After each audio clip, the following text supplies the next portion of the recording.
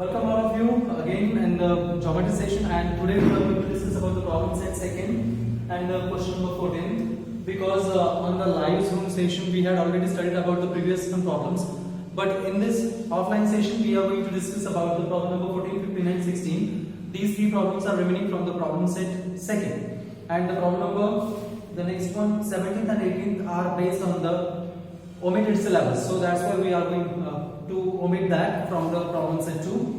अब देखते हैं problem number 14. So what is the problem number 14? That is, in an isosceles triangle, length of the congruent sides is 13 centimeter and its base is 10 centimeter.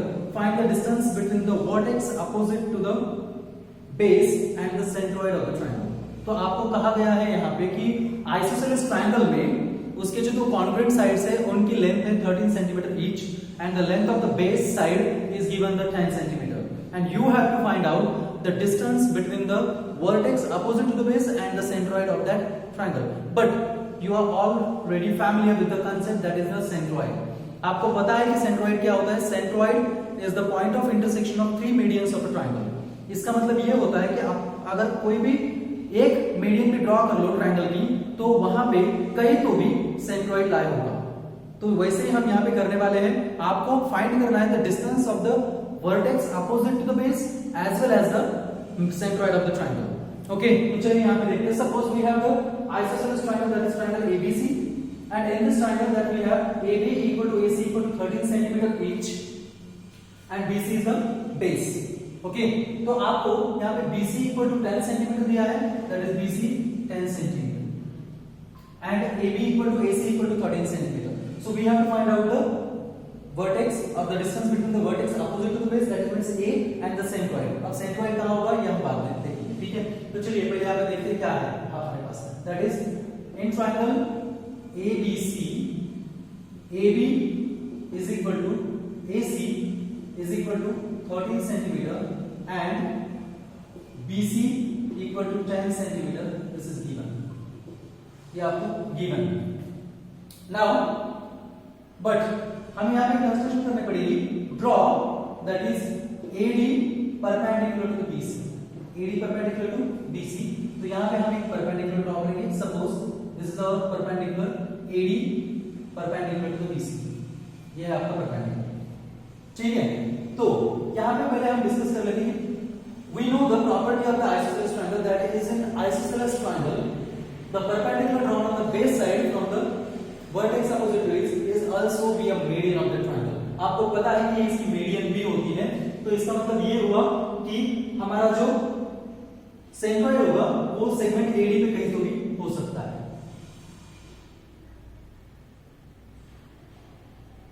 Okay, तो चलिए यहाँ पे देखते हैं. तो यहाँ पे पहले हमें ये फाइंड करना पड़ेगा what is the length of AD and length of BD also. अब length of AD and BD हम कैसे फाइंड करेंगे ये हम देखते हैं. तो पहले हम यहाँ पे फाइंड कर सकते हैं, that is in triangle that is ABD, angle ADB equal to 90 degree है, वो तो हमें पता है. लेकिन now D is the mid point of BC. D is mid point of BC, therefore we can find out BD. अब BD फाइंड करने के बाद by using the Pythagoras theorem we can find out the AD. अब AD find करने के बाद यहाँ पे एक पॉइंट सपोज O या फिर G हम सेंट्रॉइड कंसीडर कर लेंगे. अब उसके बाद हम AO और DO का डिस्टेंस फाइंड कर लेंगे. अब जब AO और DO का डिस्टेंस आ जाएगा तब AD से हम DO का डिस्टेंस सबट्रैक्ट करके AO का डिस्टेंस निकाल सकते हैं, and that will be the distance of the vertex opposite to the base and the centroid of the triangle. तो चलिए पहले देखते हैं यहाँ पर. So we know the perpendicular drawn on the base of isosceles triangle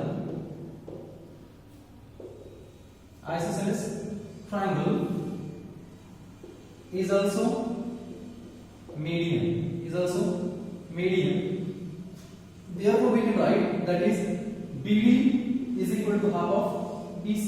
Since D is midpoint of, हमारे पास D midpoint of BC होगा.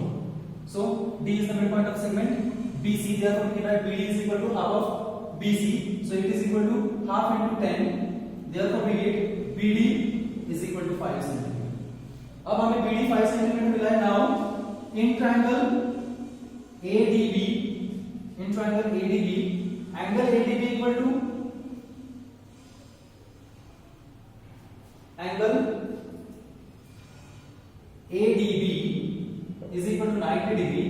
Therefore, we can write that is AD square is equal to AB square minus BD square. AB square minus BD square by Pythagoras theorem.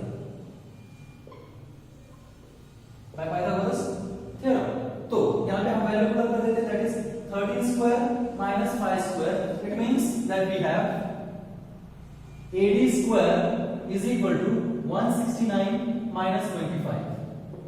अब 169 minus 25 करने के बाद हमारे पास आता है that is 144 subtraction. So therefore we can write AD is equal to under 144. It is equal to 12 centimeter. तो आपके पास अब AD आ गया है, वो है 12 सेंटीमीटर. ठीक है, अब हमें यहाँ पे कंसीडर करते हैं let O is the centroid. O is centroid on median AD such that A between O between D. तो चलिए यहाँ पे कंसीडर करते हैं, दिस इज O. ओके, तो यहाँ पे हमने यहाँ पे सेंट्रोइड कंसीडर कर लिया है O, but we know that centroid आपको पता है divides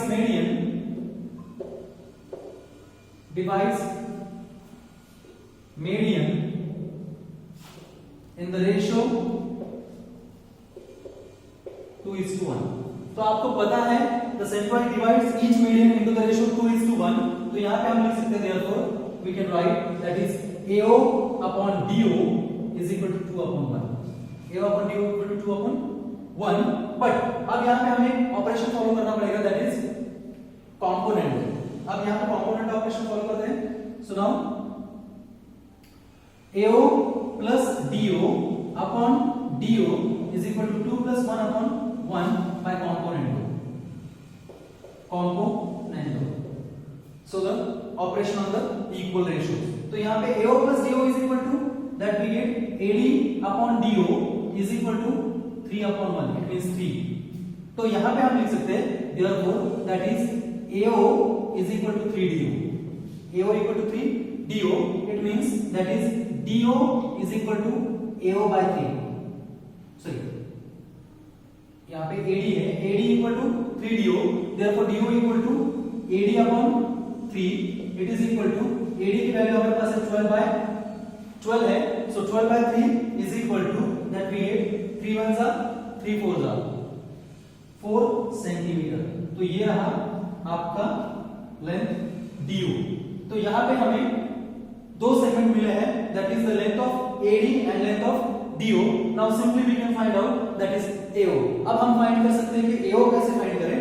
So that is AO is equal to AD minus DO. Now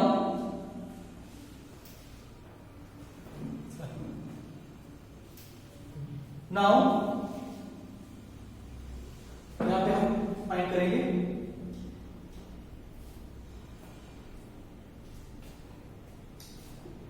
now AO is equal to AD minus DO since A between O between D. ये हमारे पास है A between O between D. So AO की value आपको find करनी है, AD 12 है और DO 4 है. Therefore we get AO is equal to 8 centimetre. AO is equal to 8 centimetre. अब इसका मतलब ये हुआ therefore the distance between centroid and vertex opposite to the base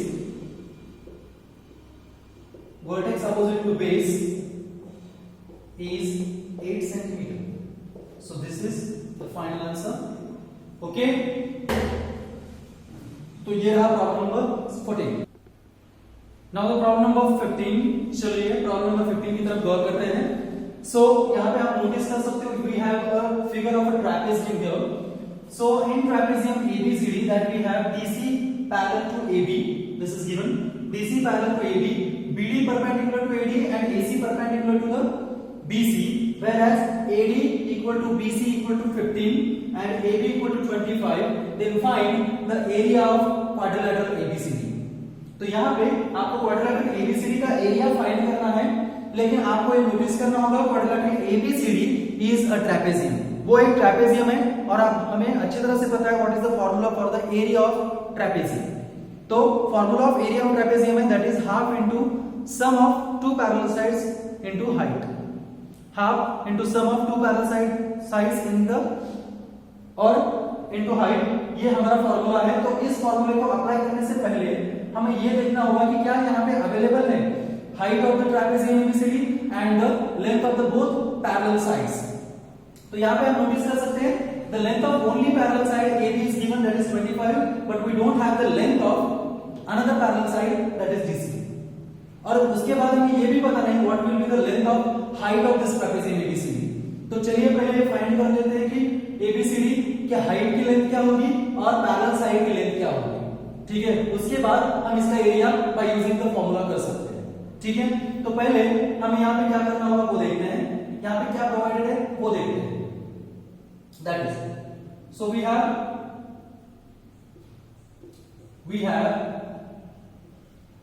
that is BD perpendicular to the AD and AC perpendicular to the BC। BD perpendicular to AD है और AC perpendicular to BC है। इसका मतलब ये है कि हम यहाँ पे ट्रायंगल ADB के बारे में पहले सोच सकते हैं, क्योंकि यहाँ पे ट्रायंगल ADB के बारे में सोचने से भी पहले हमें ये फाइंड करना होगा कि हम यहाँ पे क्वाड्रिलेटरल ABCD की हाइट कैसे ड्रॉ करें। तो यहाँ पे हमें कंस्ट्रक्शन करनी पड़ेगी। सपोज ड्रॉ DP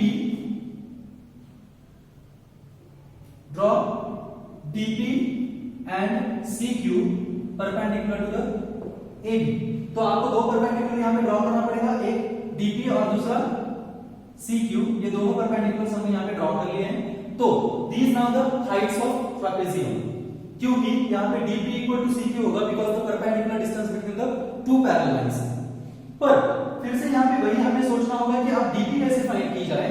तो DP फाइंड करने के लिए मैं आपको एक आसान तरीका बता दूंगा कि आपको ट्रायंगल ABD का एरिया दो अलग अलग तरह के बेस और हाइट्स लेके फाइंड करना है।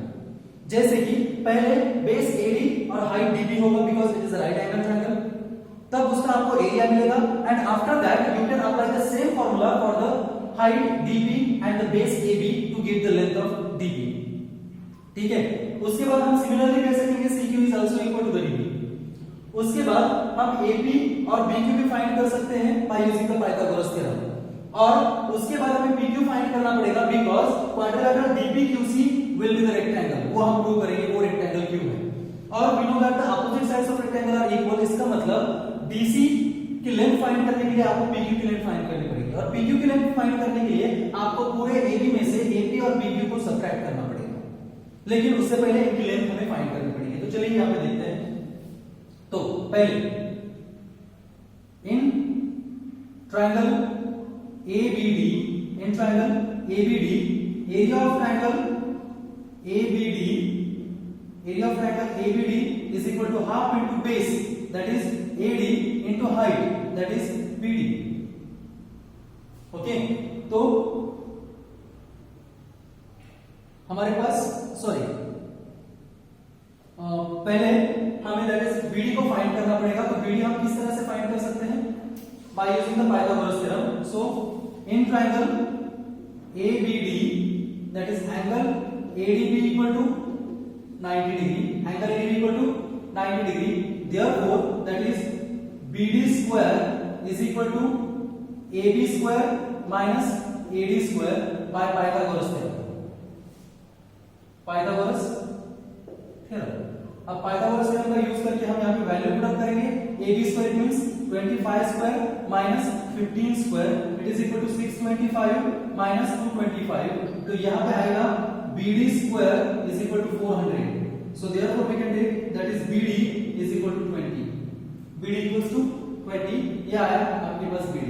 now area of triangle ABD is equal to half into AD into BD, AD into BD, यहाँ पे आप वैल्यू पुट करेंगे, हाफ इंटू AD की वैल्यू आपके पास 15 और BD की वैल्यू आपके पास 20, तो यहाँ पे हम 2 1s are 2 10s are 20, so 15 into 10 it is equal to 150 units.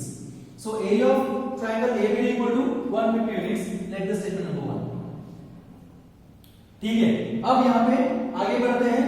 Now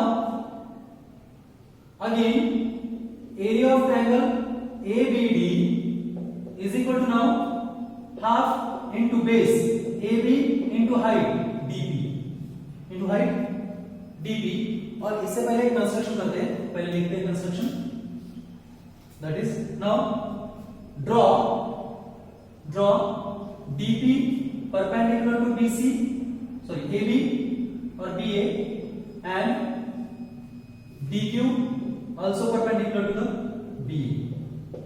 अब यहां पे दो परपेंडिकुलर्स हमने ड्रॉ कर लिए हैं, फिर से अब यहां पे लेते हैं. Now area of triangle that is ABD, area of triangle ABD equal to half into base AB into height DB. ये हाइट हमने ली है. तो अब एरिया का तो हमें पता है that is area of ABD in the equation first, that is 150.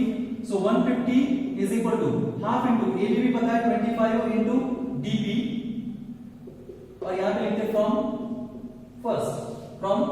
first. तो यहाँ पे आपको DB फाइंड करना है. So therefore we can write DB is equal to 150 into 25, sorry 150 into 2 divided by 25. तो यहाँ पे जो न्यूमरेटर है वो मल्टीप्लिकेशन में, सॉरी डिवीजन में जाएंगे, और जो डिनोमिनेटर है वो 150 के मल्टीप्लिकेशन में जाएंगे. तो यहाँ पे हम लिख सकते हैं 15 1s are 15, 6 are 150, sorry 25 1s are 25, 6 are 150. So therefore DB we get DB equal to 6 2s are 12. तो आपके पास अब DB है 12, ठीक है. तो आपने DP फाइंड कर लिए, तो यहां पे हम लिख सकते हैं similarly we get that is CQ is also equal to 12. CQ is also equal to 12. अब हमने DP और CQ को तो फाइंड कर लिया, अब आपको AP फाइंड करना है. So now in triangle DAP angle DPA equals to 90 degree. Angle DPA equals to 90 degree. Therefore, by applying the Pythagoras theorem, we get AP square is equal to AD square minus DP square by Pythagoras theorem. अब यहाँ पे value put करते हैं. AD square means 15 square minus DP square means 12 square. So 15 square 225 minus 144. तो अब इनका जो difference आता है वो आएगा 81. Okay, so therefore we get that is AP is equal to 9. AP equals to 9. अब आपके पास AP इक्वल टू 9 है. Similarly we can get the BQ is also equal to 9. तो यहां पे डायरेक्टली लिखते हैं similarly we get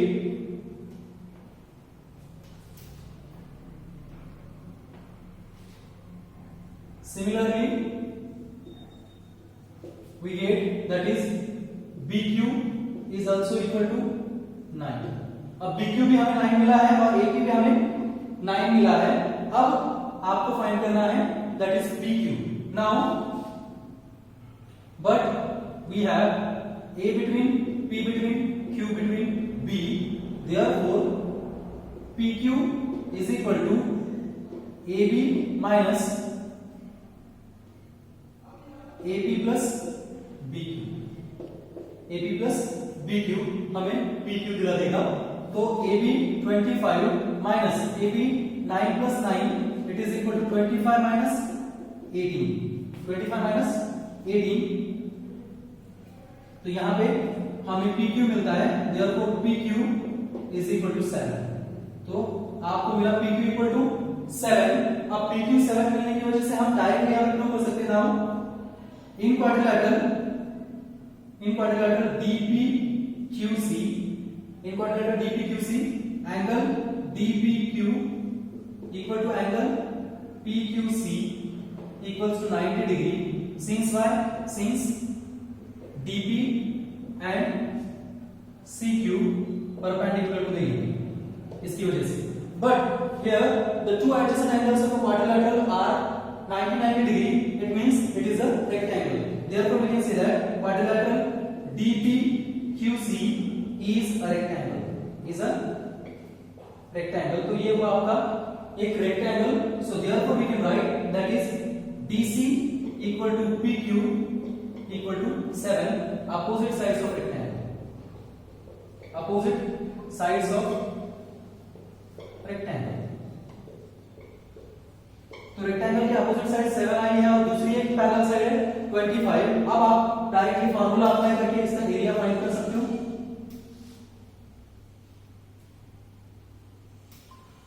now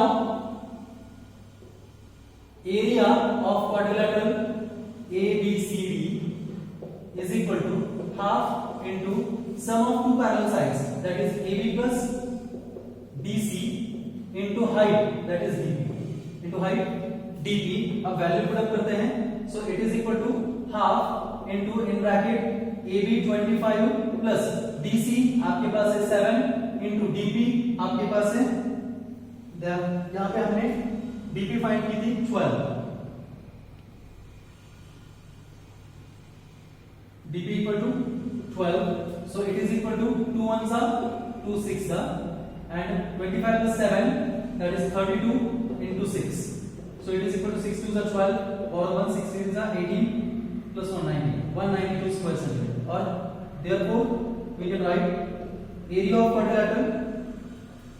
Therefore area of quadrilateral ABCD is equal to 192 square meters. तो ये रहा आपका एरिया ऑफ क्वाड्रिलेटरल ABCD. इसको फाइंड करने के लिए हमने 1 by 1 यहाँ पे एक्सप्लेनेशन दिया है. ठीक है, अब प्रूव करते हैं लास्ट प्रॉब्लम की तरफ. ठीक है,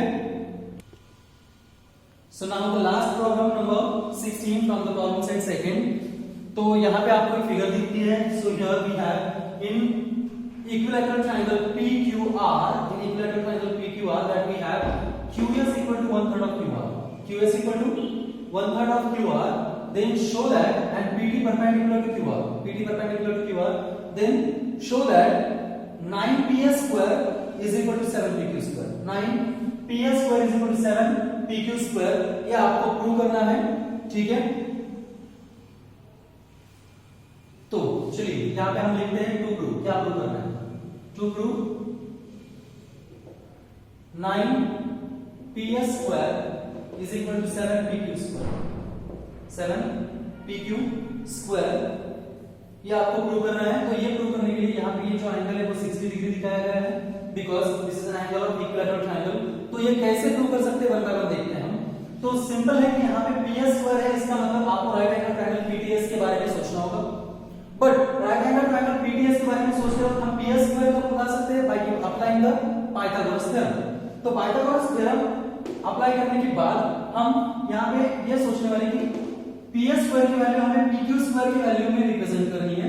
तो इसका मतलब ये हुआ कि आपको पहले PQ स्क्वायर की वैल्यू भी फाइंड करनी पड़ेगी और मे भी आपको ट्रायंगल PTS की जो ST साइड है इसकी वैल्यू आपको in the form of PQ find करनी पड़ेगी. ठीक है, वो कैसे मैं वन बाय वन आगे चल के बताऊंगा. लेकिन वो कैसे फाइंड कर सकते हैं? तो पहले हमें ये करना पड़ेगा, अगर आपको PS स्क्वायर फाइंड करना है तो आपको PT और ST पता होना चाहिए. अब PT और ST पता होने के लिए आप यहाँ पे एप्लीकेशन कर सकते हो, दैट इज ट्रायंगल PTQ को आप 30 60 और 90 डिग्री का राइट एंगल ट्रायंगल दिखा देंगे. और वो कैसे दिखा सकते हैं? सिंपल है, यहाँ पे ट्रायंगल PQT में that is angle PQT equal to 60 degree, angle PTQ equal to 90 degree, therefore the remaining angle QPT equal to 30 degree. अब ये होगा 30 60 और 90 डिग्री का राइट एंगल ट्रायंगल. अब इसके बाद आप कह सकते हो the side opposite to 60 degree angle that is PD is equal to √3/2 times of PQ and after that QT is half of PT. तो हमने यहाँ पे QT और PT की value in the form of PQ लिखी है. But उसके बाद QS की वैल्यू भी आपको फाइंड करनी पड़ेगी बिकॉज आपको ST की वैल्यू फाइंड करनी है. और ST कब आएगा? QT माइनस QS करने के बाद. तो QT माइनस QS करने के लिए हम यहाँ पे फिर से QS की वैल्यू भी in the form of PQ लिखेंगे. तो देखते वन बाय वन. चलिए, तो यहाँ पे पहले सोल्यूशन में और प्रूफ में हम लिखते हैं that is triangle PQR is an equilateral triangle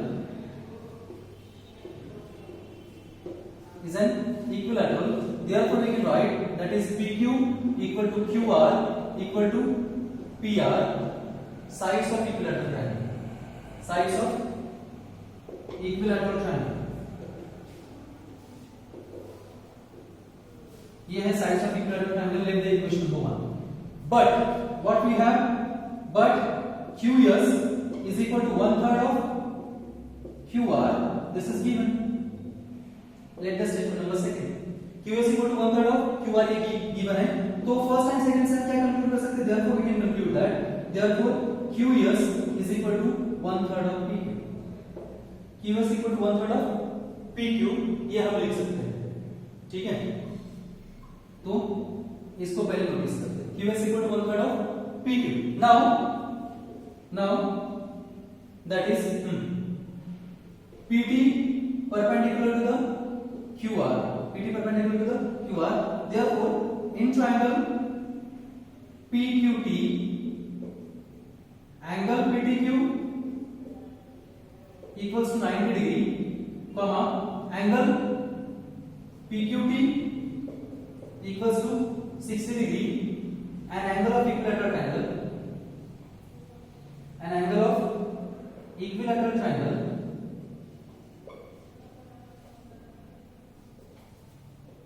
ये एक इक्विलैटरल का ट्रायंगल है, इक्विलैटरल ट्रायंगल का एंगल. देयरफॉर हम कह सकते हैं angle QPT is equal to 30 degree because remaining angle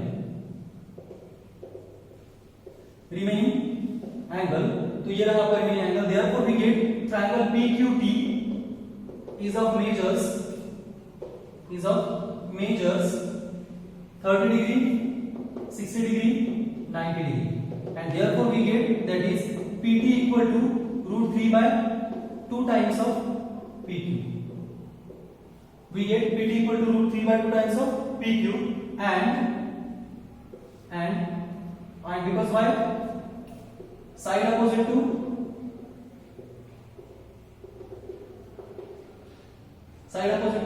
60 degree angle. Next, also we get QT is equal to half of PQ.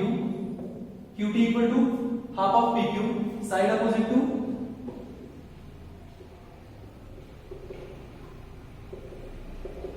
30 degree है. तो ये है आपकी साइड्स. अब नाउ हम फाइंड कर सकते हैं ST. Now ST is equal to QT minus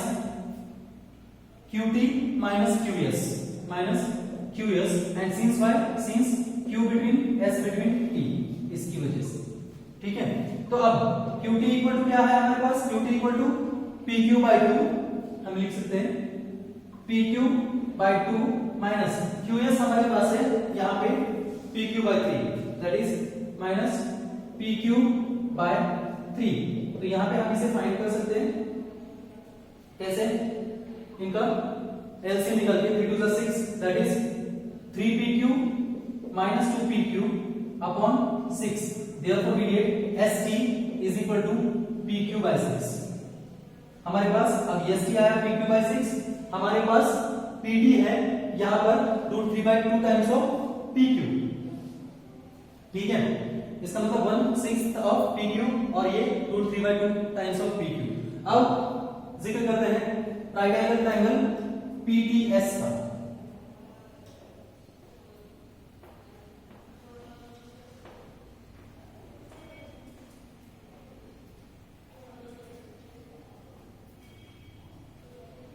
अब in right triangle PTS, in right triangle PTS, that is PS square is equal to PT square plus ST square by Pythagoras theorem. तो apply करेंगे. अब यहाँ पे value put up करते हैं. The value of PT √3/2 times of PQ. It means √3/2 PQ bracket square plus ST means that is pq/6 whole square. तो यहाँ पे हमें मिलता है 3/4 into pq plus that is pq square plus pq square by 36। ठीक है, तो अब यहाँ पे हमें इनके डिनोमिनेटर इक्वल करने पड़ेंगे और डिनोमिनेटर इक्वल करने के लिए हम क्या कर सकते हैं, 3/4 को 9 से मल्टीप्लाई कर सकते हैं। 4 9s are 36, so 3 9s are 27, so 27 pq square plus pq square by 36 common denominator. ठीक है, तो यहाँ पे अब हम लेते हैं that is therefore we get therefore 36 ps square is equal to 28 pq square। 36 ps square equal to 28 pq square। Now multiplying this equation by dividing this equation by 4, dividing equation by 4 that we get therefore that is 9 ps square is equal to 7 pq square। ये हुआ आपका proof, because why that is 4 9s are 36 and 4 7s are 28। तो ये रहे आपके तीनों problems जो कि इस प्रॉब्लम से ये आखिरी 3 प्रॉब्लम थे। अब अगले जूम की मीटिंग में या फिर जूम के लाइव सेशन में हम सर्कल चैप्टर स्टार्ट कर सकते हैं। अगर इसके बारे में आपको कुछ भी डाउट हो तो आप मुझे पूछ सकते हैं, कल मैं इनके सब पीडीएफ आपको डाल दूंगा। ठीक है, प्रॉब्लम सेट सेकंड की, तब तक के लिए रुकते हैं।